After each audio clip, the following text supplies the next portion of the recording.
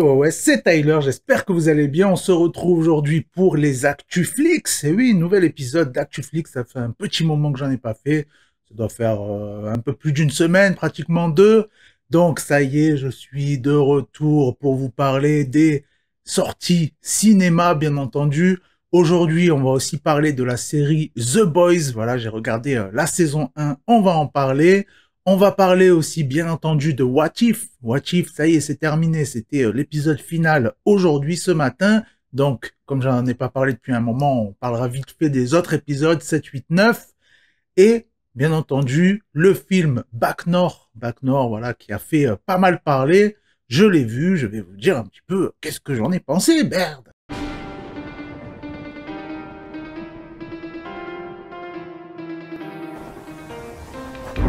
On démarre donc avec les sorties ciné de la semaine, avec le très gros film qui devait sortir depuis 10 000 ans, Mourir peut attendre, le James Bond, le dernier James Bond. Voilà, donc l'histoire, c'est le gars, il a quitté un peu les services secrets, il est là, il la coule douce en Jamaïque, et puis finalement, voilà, toujours les mêmes trucs, il y a un gars qui lui dirait, frérot, en ce moment, c'est la merde, va falloir venir avec nous. Il y a un scientifique complètement zinzin. Il y a toute une histoire apparemment avec des nouvelles technologies et tout. Donc je pense que ça peut être très cool. Les premières critiques sont pas ouf, mais à voir. On a un film indien, un thriller qui s'appelle Doctor. Alors là, c'est l'histoire d'un médecin. Il va avoir sa meuf en fait. Voilà, il va avoir sa petite meuf. Et en fait, il y a sa nièce qui disparaît. Voilà. Donc après, t'as une famille qui porte plainte à la police. Mais finalement, voilà, tu connais les histoires classiques, la police, elle fait rien. Du coup, ils décident de retrouver la jeune fille eux-mêmes. Donc voilà, c'est un gros thriller. Apparemment, après, il y a d'autres choses qui se passent, hein, bien entendu. Pas mal de mystères, tout ça. On retrouve son ancien pote qui était avec lui dans l'armée, qui va venir les aider, ils vont mener l'enquête ensemble, donc voilà, je pense que ça peut être très intéressant. Il y a aussi un documentaire dont je voulais vous parler, qui s'appelle Kiosque, voilà, c'est un petit documentaire d'une histoire de famille un peu, puisqu'en fait c'est la réalisatrice, c'est la petite fille, je crois, d'une dame qui tient un kiosque, et du coup, voilà, ça la suit un petit peu dans son quotidien, ça parle aussi des problèmes que peut rencontrer la presse. Voilà, vous savez très bien que la presse maintenant, c'est pas un média que beaucoup de gens lisent, et c'est pas le genre de choses qu'on achète au quotidien. Du coup, ça parle de tous ces trucs-là. Il y a aussi des rencontres avec les gens qui viennent acheter les journaux, tout ça, les magazines et tout. Donc, je pense que ça peut être assez intéressant, voilà, de voir ça. Moi, en tout cas, ça m'intéresse. J'espère que ça vous donnera envie d'aller voir tout ça. Et du coup, on enchaîne avec la saison 1 de The Boys. Donc ça fait un petit moment que c'est sorti, hein, puisqu'il y a déjà la saison 2 qui est aussi disponible, hein, c'est sur Amazon Prime. Donc pour ceux qui connaissent pas, c'est un petit peu une critique un petit peu de la société à travers des super-héros. Mais voilà, ça critique vraiment... c'est pas des super-héros sympas, quoi. C'est un peu comme Invincible, voilà. Il y a un peu ce côté-là où on voit des côtés dark de super-héros, des embrouilles entre eux, des pourquoi ils font ça, le côté en relation avec la politique, tout ça. Donc en fait, c'est très intéressant. Perso, je m'attendais à un truc un peu mieux. Il y a des épisodes où je me suis quand même fait chier. Ça reste une bonne série, mais pour moi, il y a beaucoup trop de longueur. Et puis pour un truc où à la base, c'est censé parler de super-héros, mine de rien, il y a très peu de scènes d'action, de trucs comme ça. Bon, après, bien sûr, ça coûte cher à produire, hein, surtout sur une série. Mais j'ai trouvé ça dommage. Par exemple, j'ai vu la série Umbrella Academy, je sais pas si vous l'avez vu. Je trouve que c'est beaucoup mieux. Même si c'est pas du tout le même délire, mais il y a quand même le côté super-héros et tout, et c'est beaucoup mieux traité, même s'il y a pas mal de blabla, c'est quand même moins dans la longueur et tout. Donc là, j'ai été un peu déçu. Franchement, quand l'épisode, le dernier épisode, il s'est terminé, ça finit sur un truc où...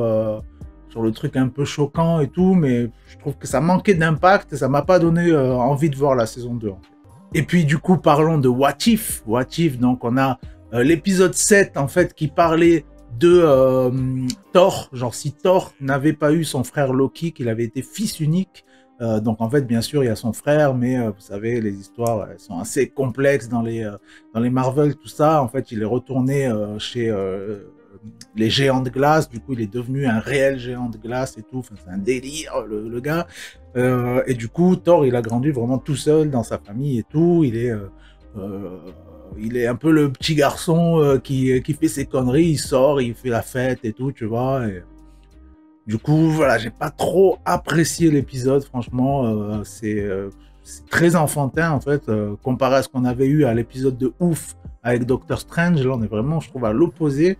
Bon, ça reste une série Disney, ça reste une animation, donc il y a le côté aussi un peu enfantin, même si on l'a vu avec Invincible, justement.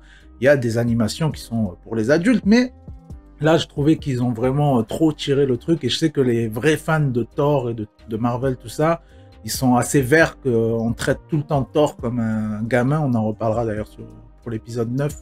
Mais voilà, moi, ça m'a pas plu de ouf. Franchement, j'étais assez déçu.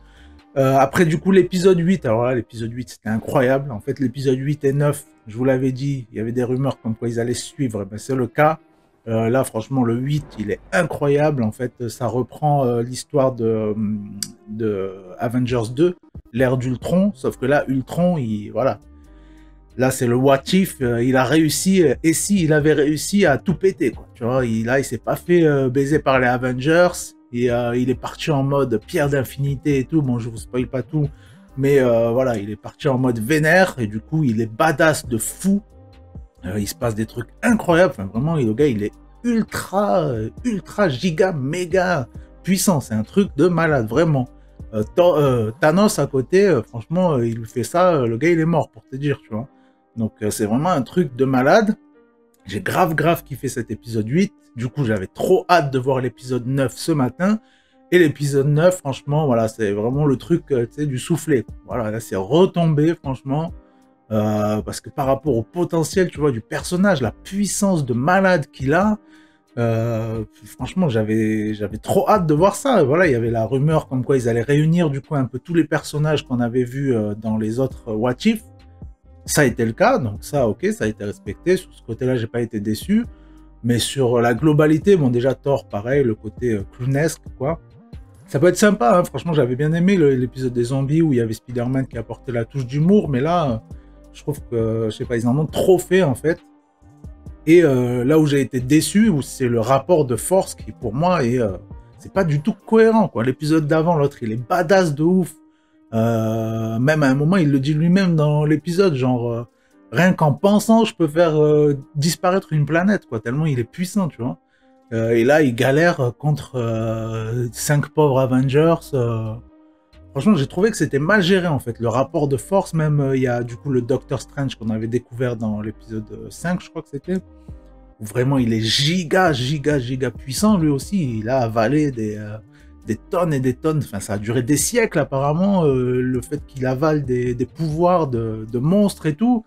Donc, lui aussi, il est censé être vraiment avoir un pouvoir ultime, quoi. Là, et là, tout l'épisode, il teste des trucs et tout. Tu sais, à un moment, il fait un truc pas mal, mais je sais pas, je trouve que par rapport à tout ce qu'on nous a montré, à tout ce qu'on en a fait, ah oui, et aussi un autre truc qui me gêne, c'est le fait qu'en fait, au final, on voit que toute la puissance d'Ultron et tout, elle est liée aux pierres d'infinité. Sauf que dans Loki, la série, et puis même dans les épisodes de What If, il me semble, si je dis pas de conneries, mais en tout cas, au moins dans Loki, la série, ils nous ont montré en fait que les pierres d'infinité, en gros, c'était de la merde. Que ça servait à rien, enfin, pas que ça servait à rien, mais que selon les échelles de puissance, en fait, les pierres d'infinité, c'était que dalle, quoi. Donc là, au final, le gars le plus puissant de tous les univers, c'est même pas de l'univers, c'est de tous les univers qui existent possibles, le gars, eh ben en fait, c'est grâce aux pierres d'infinité, alors que c'est censé être pas ouf. Donc là, ça, je trouve que c'est pas cohérent du tout. Donc franchement, j'étais assez déçu. L'épisode, il est pas mal, mais franchement, ouais, là, de tous, le seul que j'ai vraiment envie de revoir, c'est celui sur Doctor Strange, que voilà, j'avais adoré, je vous l'avais dit. Donc bref, en tout cas, C'est pas une mauvaise série, hein. Je regarderai la saison 2, ça, il n'y a pas de souci là-dessus. Je pense qu'il peut y avoir encore de belles idées, mais là, déçu. On termine donc avec le fameux film Bac Nord, je crois qu'il est sur Netflix maintenant. Donc voilà, on va commencer avec les points positifs. Moi, j'ai bien kiffé le trio. Le trio, franchement, je trouve qu'il fonctionne super bien, le trio des flics. Le louche, franchement, il m'a fait kiffer de ouf. Je trouve qu'il a vraiment super bien joué son rôle. Il est vraiment bravo, quoi. Je trouve que c'est vraiment réaliste. Donc ouais, la relation entre les trois, elle est réaliste. Les dialogues, les phrases, les termes qu'ils utilisent, les échanges qu'il peut y avoir, même avec d'autres gens, d'autres personnes en dehors de ce trio-là et tout, je trouve que ça faisait vraiment réaliste, quoi. Donc ça, c'était vraiment les points forts pour moi. C'est le côté voilà réel, l'acting et la réal. Même la réal, franchement, il y a quelques plans sympas et tout. C'est pas la réal du siècle, mais franchement, très très bien. Dans l'ensemble, ça, c'est vraiment les choses que j'ai kiffé. Après, pour les points négatifs, donc déjà, on s'intéresse très peu aux autres personnes que ces trois flics-là dans l'histoire. Donc vous me direz, le film s'appelle Bac Nord, ça parle de la Bac Nord. Donc ça, je peux comprendre. Parfois, on a des situations aussi what the fuck, quoi, comme voilà la scène, j'ai déjà vu d'autres gens en parler, mais c'est vrai que la scène avec le petit, là, ils le prennent dans la voiture, ils mettent la musique à fond et tout, machin. Il y a des trucs, c'est pas crédible du tout, franchement. Genre, leur collègue qui veut pas venir pour l'histoire des tortues et tout. Bon, voilà, je vais pas tout vous spoiler, mais vous verrez quand vous verrez le film, si vous l'avez vu, vous saurez de quoi je parle. Le gars qui est la relation aussi d'ailleurs de ce flic là, la relation qu'il a avec l'indique, la meuf là, franchement je trouve qu'elle est pas très claire la relation. Au début je croyais que c'était sa meuf, après je pensais que c'était un peu comme sa sœur, mais franchement c'est bizarre, ils se voient souvent quand même, mine de rien, ils se posent ensemble, tu vois, en mode il y a une relation plus que amicale je trouve, tu vois. Et en fait, non, ils se tapent des bises, jamais à aucun moment ils se voient en dehors des échanges d'infos et tout. Je trouve que ça par contre, c'était pas réaliste du tout. Ça n'existe pas, ça soyons clairs. Il y a personne qui a des relations comme ça. Surtout sans à aucun moment, aucun des deux ne tente un truc plus que ça et tout. Ça, j'ai trouvé ça bizarre. Après, oui, on s'intéresse aussi à ces trois policiers, mais à aucun moment... à part le gars qui est en couple, à aucun moment on voit un peu, ils ont pas d'autres potes, il y a pas d'autres relations et tout. Ça, j'ai trouvé ça un peu bizarre.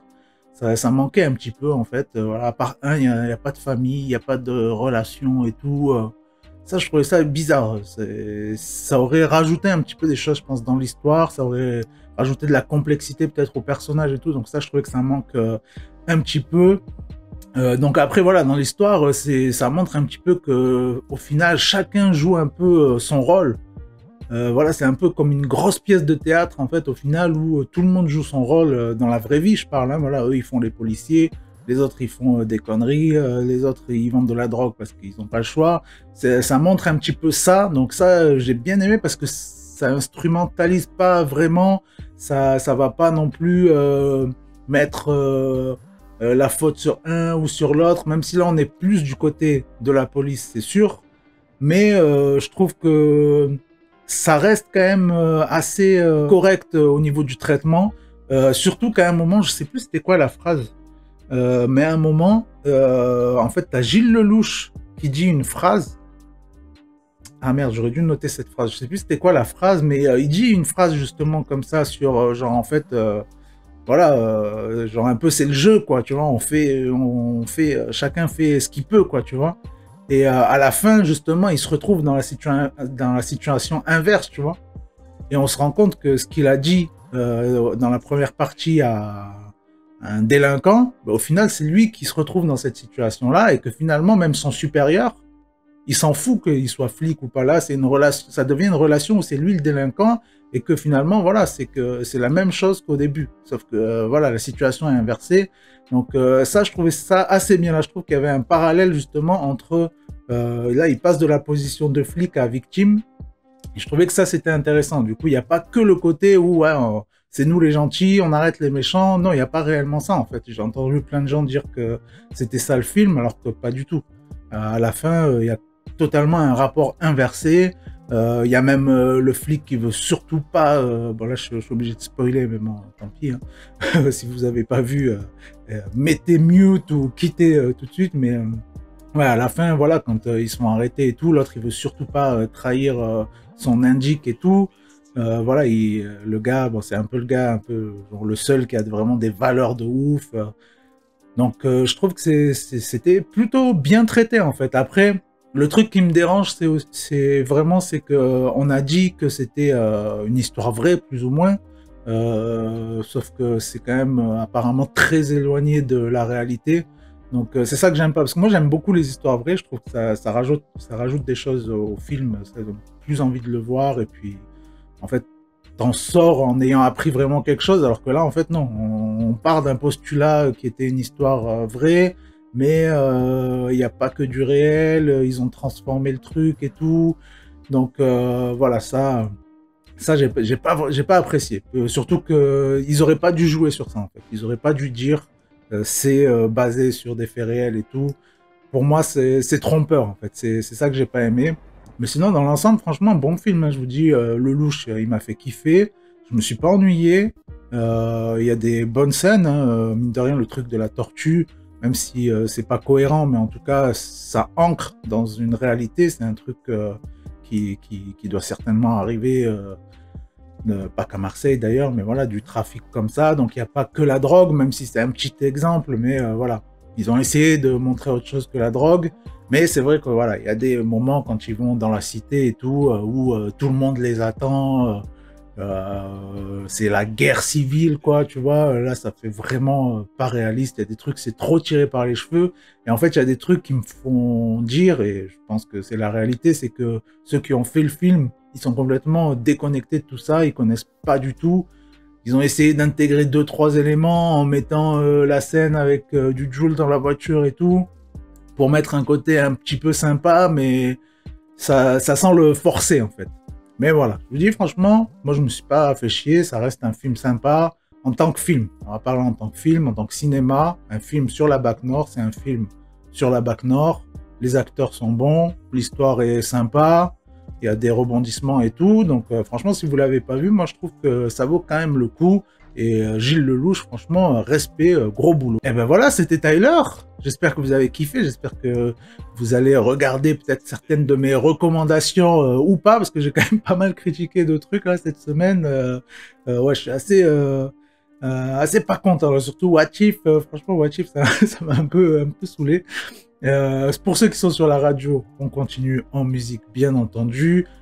Pour ceux qui sont avec moi en vidéo, bah, pensez au petit pouce, à partager un petit commentaire aussi. Dites-moi si vous attendez la saison 2 de What If, si vous avez vu la saison 2 de The Boys, peut-être qu'elle est bien, je ne sais pas, peut-être que vous me donnerez envie d'aller la voir. Voilà, du coup là je suis un petit peu en retard, je dois me préparer, je dois aller à la release party de un rappeur qui s'appelle Pipo, mais c'est l'inverse de hip-hop. Donc voilà, je vais me préparer, je vais y aller. Je vous laisse. Merci d'avoir suivi. C'était Tyler. Ciao.